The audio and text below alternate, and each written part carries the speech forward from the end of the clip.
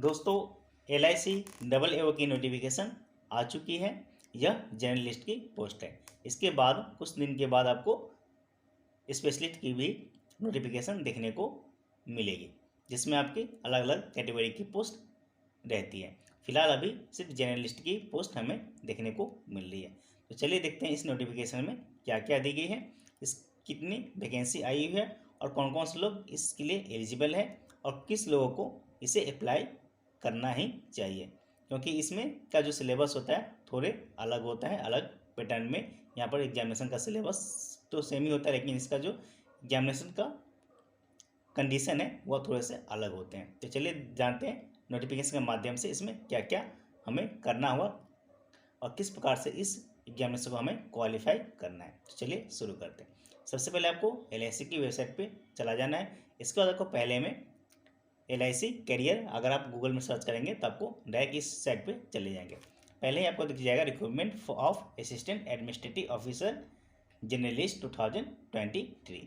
इसका download documents के ऊपर आपको क्लिक कर देना है, इंग्लिश में आपको क्लिक कर देना है। क्लिक करने के बाद आपको नोटिफिकेशन को डाउनलोड कर लेना है। चलिए मैं यहाँ पर डाउनलोड कर लेता हूँ।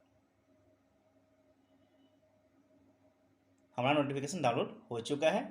अब हम इसे ओपन कर लेते हैं। ओपन करने के बाद आप देख सकेंगे LIC भारतीय जीवन बीमा निगम recruitment of assistant administrative officer double AO कहते हैं। जर्नलिस्ट की यह पोस्ट है या स्पेशलिस्ट की पोस्ट नहीं है। 31 first batch. Life insurance corporation of India LIC invites online application from eligible Indian citizen for appointment to the post of assistant administrative officer journalist. Candidate should apply through online mode only, क्योंकि online की सारी examination यहाँ पर IPS द्वारा ली जाती है। चलिए इसकी क्या हमारे लिए कोई काम करनी है। अब हम आते हैं मेन टॉपिक के ऊपर। टोटल वैकेंसी की बात करें तो वैकेंसी हमारे यहाँ पर 300 यानी 300 वैकेंसी हमें देखने को मिल रही है। पिछले साल के मुकाबले यह काफ़ी ज़्यादा वैकेंसी 300। इसमें एक बात और देखेंगे, यहाँ पर बैकलॉग वैकेंसी भी है। बैकलॉग का मतलब क्या होता है, जो पिछले साल फिल नहीं हुआ, यानी पिछले साल जो वैकेंसी कम थे उसमें भी फिल नहीं हुआ। यानी देखेंगे OBC का 14 वैकेंसी पिछले साल का रह गया है, SC का 5 रह गया और SC का 4 है। यानी पिछले साल का जो वैकेंसी है वह भी फुलफिल नहीं हो पाया। और क्यों नहीं हो पाया इसके बारे में हम चर्चा बाद में करेंगे। चलिए हम आते हैं 300 वैकेंसी। इसमें हमें यहाँ पर SC की 50 वैकेंसी देखने को मिली, दोनों मिला करके, करंट ईयर और बैकलॉग दोनों मिला करके। SC की 27 वैकेंसी है, OBC की 84 वैकेंसी है, EWS की 27, अनरिजर्व की 112 और टोटल बात करें तो 300 वैकेंसी हमें यहाँ पर देखने को मिल रही है डबल AO जर्नलिस्ट की, जिसमें PWD कैंडिडेट इंक्लूड है। आगे चलते हैं। यहाँ देखते हैं, यहाँ से करंट ईयर और बैकलॉग यानी दोनों को मिला करके। बैकलॉग का मतलब ये होता है जो पिछले साल फिल नहीं हुआ है किसी कारणवश, तो वहाँ बैकलॉग दिया जाता है। बैकलॉग इसलिए होता है LIC डबल AO में कि इसका जो एग्जामिनेशन का पैटर्न है थोड़े से अलग है। वो क्या अलग है वह नोटिफिकेशन में हम आगे देखेंगे। आगे चलते हैं। डेट की बात करें तो start date for online registration of application and online payment of application fee charges 15 January 2023 यानी 15 जनवरी 2020, 15 जनवरी 2023 से यह स्टार्ट हो चुकी है। और लास्ट डेट की बात करें तो 31 फर्स्ट जनवरी 2023 इसकी लास्ट डेट रहने वाली है। Date of online examination pre tentative दी गई है, यानी 17 फरवरी या 20 फरवरी को आपकी यहाँ पर प्री एग्जामिनेशन हो जाएगी। ये एग्जामिनेशन अगर IBPS द्वारा कंडक्ट की जाएगी तो IBPS का जो टाइम होता है पूरा फिक्स होता है, आपको पता ही है, तो इसमें कोई घबराने की जरूरत नहीं। 17 या 20 को प्री एग्जामिनेशन यहाँ पर ले लिया जाएगा। मेंस की बात करें, मेंस आपकी 18 मार्च 2023 को यहाँ पर ले ली जाएगी। ठीक है। अब आते हैं एलिजिबिलिटी के ऊपर। एलिजिबिलिटी कंडीशन एज ऑन 1 2023 से यह काउंट की जाएगी, आपको याद रखना है।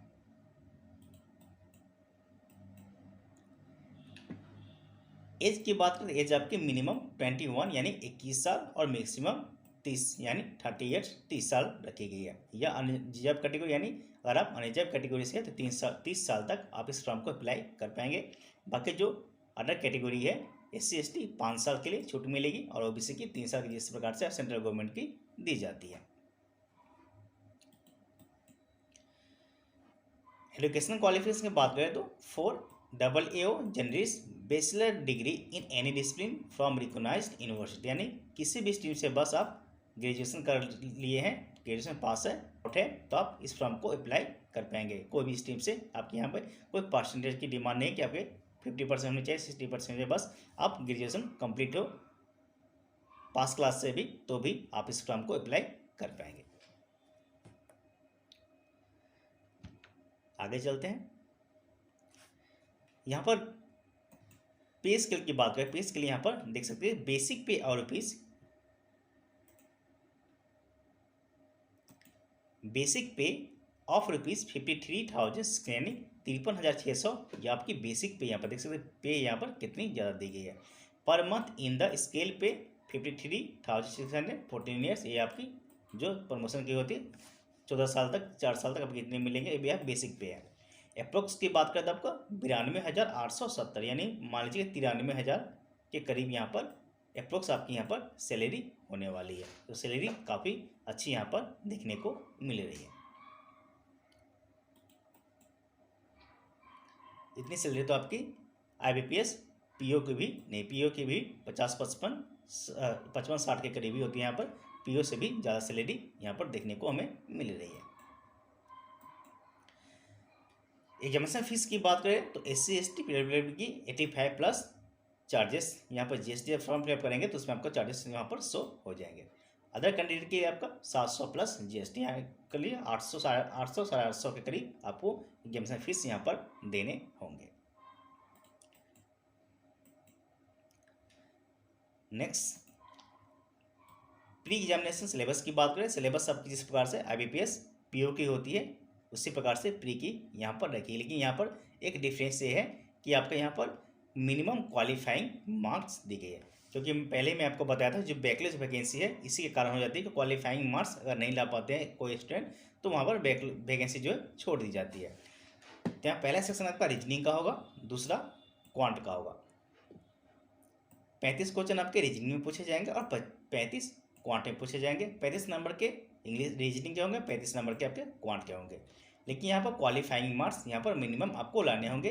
अगर आप SC/ST PWD कैंडिडेट तो 16 नंबर यानी 60 मार्क्स आपको लाने होंगे रीजनिंग में और 60 मार्क्स लाने होंगे क्वांट में।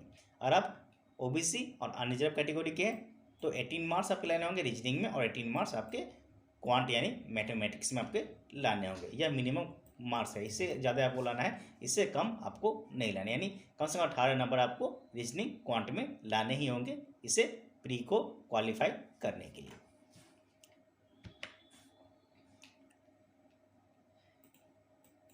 तीसरा सेक्शन है आपका इंग्लिश का, लेकिन यहाँ पर इंग्लिश जिनका वीक है वो इस फॉर्म को जरूर अप्लाई करें। क्यों अप्लाई करें? क्योंकि जो प्री है प्री ही में बस आपको क्वालिफाई करना अच्छे से इंग्लिश का। मेंस में इसका डिस्क्रिप्टिव होता है वो भी क्वालिफाइंग नेचर का होता है। तो प्री का इंग्लिश थोड़ा सा मेंस के मुकाबले थोड़ा सा हल्का आता है यानी इजी आता है। तो अगर मेंस का आपका इंग्लिश क्वालिफाई नहीं हो पाता तो प्री का क्वालिफाई आप करके यहाँ पर प्री क्वालिफाई कर सकते हैं, मेंस के लिए आप जा सकते हैं। तो 30 नंबर का आपका इंग्लिश का होगा, 30 नंबर का मार्क्स भी होगा, लेकिन यहाँ पर 10 नंबर आपको लाने होंगे अनरिजर्व कैटेगरी के लिए। अगर 10 नंबर आप लेकर आ जाते हैं तो आपका प्री क्वालिफाई हो जाए। लेकिन इंग्लिश का आपको मार्क्स यहाँ पर स्टार मार्क देख सकते हैं कि English language test will be qualifying nature and the marks in English language will not be counted for ranking, यानी इंग्लिश का नंबर आपको जोड़ा नहीं जाएगा, बस आपके रीजनिंग और क्वांट के बेसिस पे आपका प्री निकाला जाएगा। ये इंग्लिश में आपको बस 10 नंबर लेकर आना है, क्वालिफाई करना है और इसका मार्क्स आपको रैंकिंग में नहीं जाएगा। बस आपको जो प्री का रिजल्ट बनेगा रीजनिंग और क्वांट के ऊपर ही। तो इंग्लिश का यहाँ पर चक्कर कोई नहीं है, बस 10 नंबर आपको जैसे भी लेकर आ जाए। जिनका इंग्लिश अच्छा है उनके लिए यहाँ पर खराबी, जिनका इंग्लिश थोड़ा सा वीक है उनके लिए यहाँ पर अच्छा बेटर ऑप्शन है। आगे चलते हैं फेज 2 के एग्जामिनेशन में, जिसे हम मेंस एग्जामिनेशन भी कहते हैं। मेंस एग्जामिनेशन की बात करें तो पहला सेक्शन का रीजनिंग का होगा, 30 नंबर का क्वेश्चन होगा एक क्वेश्चन आपको 3 नंबर का यानी 90 नंबर का आपका पूछा जाएगा, और जितने भी सेक्शन है उसका आपको 50% minimum qualifying marks unreserved category के लिए लाना है, तभी आप क्वालिफाई कर पाएंगे। अगर 1-2 नंबर भी कम रहेगा तो आप क्वालिफाई नहीं किए। यानी देख सकते हैं रीजनिंग का 30 क्वेश्चन रहेगा 90 नंबर का, जनरल नॉलेज का करंट अफेयर्स का 30 क्वेश्चन 60 नंबर का, डाटा एनालिसिस का 30 क्वेश्चन 90 नंबर का, इंश्योरेंस फाइनेंशियल अवेयरनेस का 30 क्वेश्चन 60 नंबर का आपका यहाँ पर रहने वाला है।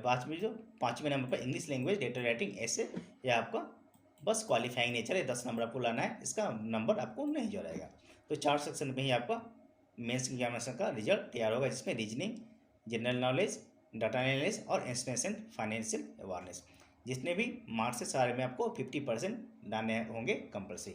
यानी रीजनिंग के 90 नंबर में आपको 45 नंबर लाने होंगे, जनरल नॉलेज के 60 नंबर में आपको 30 नंबर लाने होंगे, डाटा के 90 नंबर में आपको 45 नंबर, इंश्योरेंस फाइनेंस के 60 नंबर में 30 नंबर आपके लाने गए मिनिमम क्वालिफाइंग मार्क्स, यानी 50% आपको मिनिमम क्वालिफाइंग मार्क्स लाना है। इसके ऊपर आपके रैंकिंग बनेगी, जो आपको याद रखना है। यह मिनिमम क्वालिफाइंग मार्क्स है, इससे ज़्यादा आपको लाना है, इससे कम नहीं लाना है। बाकी इंग्लिश लैंग्वेज का यहाँ पर नंबर नहीं जोड़ेगा। तो अगर आपका रीजनिंग और DI अच्छा है तो आप इस फॉर्म को अप्लाई कर सकते हैं। इंग्लिश के यहाँ पर उतनी वेटेज नहीं है मेंस एग्जामिनेशन में 2 क्वेश्चन होंगे लेटर एंड ऐसे का, तो आप उसमें 10 नंबर आराम से लेकर आ सकते हैं, ये कोई बड़ी बात नहीं है। इसके बाद आपका थर्ड में आपका इंटरव्यू ले लिया जाएगा। तो सिलेबस की बात करें, सिलेबस में आपका इसका प्रॉब्लम यही है कि इसका जो मिनिमम क्वालिफाइंग मार्क्स आपको लाने होंगे 50%। यहाँ पर मेंस एग्जामिनेशन में जितने भी सेक्शन है सारे में आपको 50% मिनिमम लाने होंगे, इससे कम अगर लाएंगे तो आपका क्वालिफाई नहीं हो पाएगा, ये आपको याद रखना है। तो अगर आपका इंग्लिश प्री का इंग्लिश अगर निकाल लेते हैं तब इस फॉर्म को अप्लाई ज़रूर करें।